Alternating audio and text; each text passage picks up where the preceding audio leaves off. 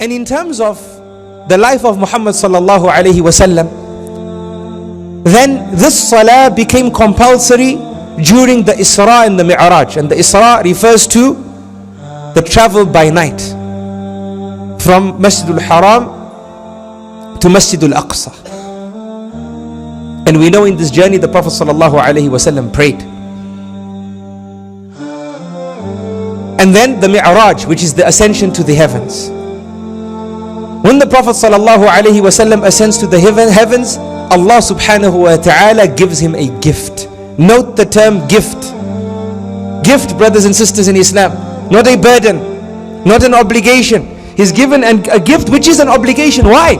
For our benefit, not for Allah's benefit. Understand this and understand it well. Allah subhanahu wa ta'ala, He is perfect from ever, and He is perfect forever. Your prostration does not raise His majesty, and your sin does not decrease His majesty. He was the creator before He created, and the most merciful before He showed mercy to anybody. Allah doesn't need to do things to grow His portfolio, subhanahu wa ta'ala. He doesn't need you to prostrate so that He can be Allah, the one who is worshipped. He was the one who is the most deserved of being worshipped before anyone prostrated on the ground, subhanahu wa ta'ala. Allah's names and attributes are not a result of His actions, like you and me. The titles we hold are a result of our action. Deserve the title, but with Allah subhanahu wa ta'ala it's different.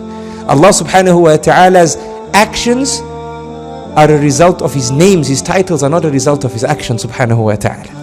He was the creator, Al-Khaliq, that was His name before He created. He never needed to create to be called Al-Khaliq, subhanahu wa ta'ala. Is this clear? He was perfect.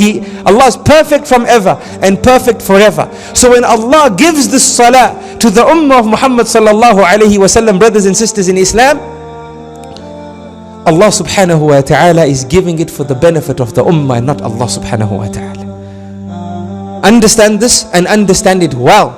And that is why Allah says in Surah Fatir, Allah says, Ya ayyuhan nas, antumul fuqara'u ila Allah. O mankind, you are all impoverished and poor with regards to your Lord. Wallahu huwa al-ghaniyyul hamid. But Allah is al-ghani. Al-ghani, the absolutely rich perpetually. That's Allah. And He's al-hamid, and we described it today, the owner of all praise. Whether you praise Him or you don't praise Him, or you pray or you don't pray, or you thank or you don't thank, doesn't affect His reality. He's the owner of all praise. This is the reality, brothers and sisters in Islam. That is the reality.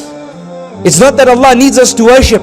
No, this salah was given as a gift to you and I, that by we worshipping, we will help ourselves. And there's nothing greater in terms of helping ourselves besides the salah, as we see from the lives of the Anbiya alayhimus salatu wassalam.